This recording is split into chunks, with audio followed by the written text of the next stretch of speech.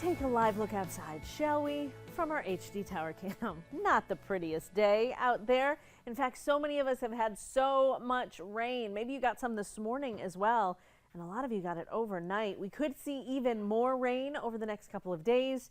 And over the last week, some areas have seen as much as 8 inches of rain. Oh my goodness, we're gonna really feel it later this week. Maybe you're getting to the point where you've had enough, but what about your plants? Is it drowning them? That's what we want to know. Erin Hostetler is the patio farmer, and she's here this morning to help us make sure that our plants are getting just the right amount of water. How are you? I'm good. How are you? I'm good, thank you. It has been dreary. It has been rough, but there were so many weeks where it was just dry, and my plants were starting to, no matter how much I watered them. Right. It's rough. It is, and that's just, you know, the summer heat can be really stressful on our plants. Our plants love the sunshine and the rain, but the heat can really get to them. Yeah, so you say all of this rain we've had is actually good for our plants.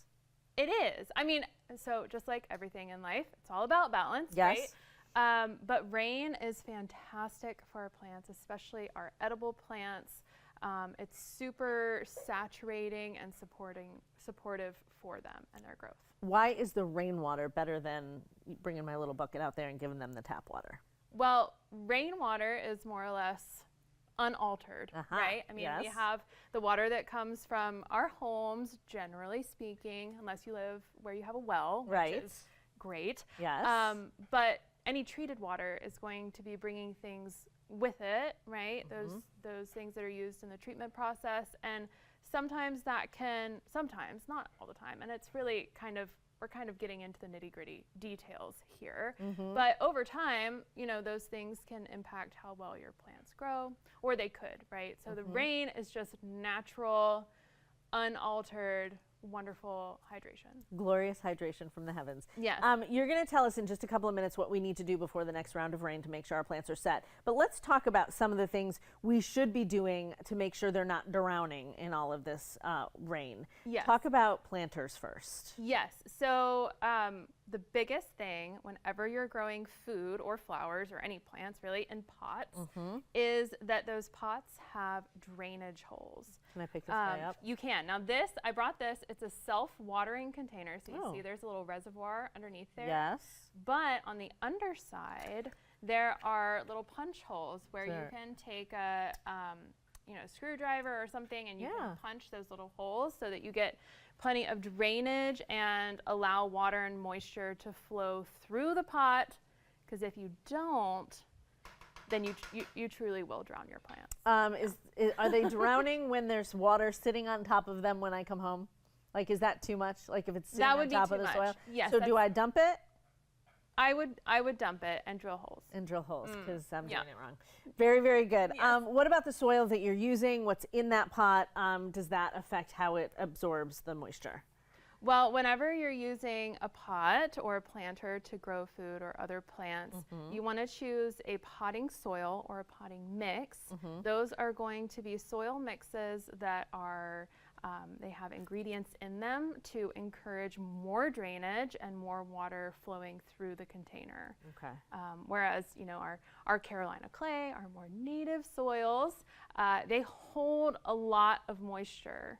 So, I mean, this kind of goes without saying, but you're probably good on running your irrigation for the next couple of weeks. Okay, so don't waste your water bill, that's for sure. Yeah, right. All right, things that you can do before another round of rain. You say harvest your tomatoes before they split. What do you mean?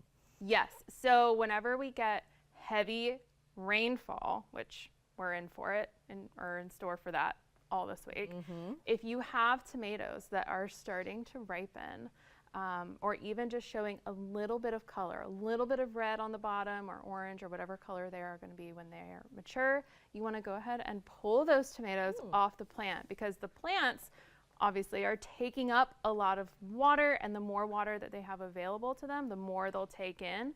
And when we have those short bursts of rain, then the fruits take up a lot of water all at once, and then they swell and they split. Aha. Yeah. And we don't want that. No, we don't want that. You say also feed your soil with a dry, slow-release plant food. Yes.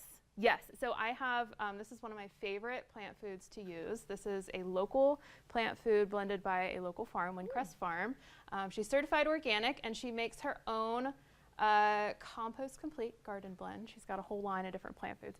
But the reason why you would want to use something that is dry and granular is because that will hold in the soil longer than a liquid plant food. Got it. Yeah, a liquid plant food, you'll see results faster on your plants because, again, it's in a form that the plants can take up right away. More readily. Yep. Whereas this plant food actually has to mix with the rain, mix with the water in the soil for the plants to take it up. So by using a dry or granular plant food, you're able to feed maybe once a month versus every week. I'm literally out of time, but you say seed a new round of crops. Start putting stuff in for the fall. Absolutely. Like things like those? Yeah, you could do a late round of beans. Beans are awesome this time of year. They grow really fast. They don't take up a whole lot of space. And also your carrots or any perennial flower mixes would be great to sow right now. So good. Let's put all of Erin's information up on the screen so that you can check her out and get some good advice. Follow her on Instagram and Facebook as well. Thank you, my friend. Good to see you. Thank you. It's good to see you. Got a lot of work to do, Jorge, when I get home with my plants. Hey, look, a lot of good information because I did not know that about the rain, so that's good.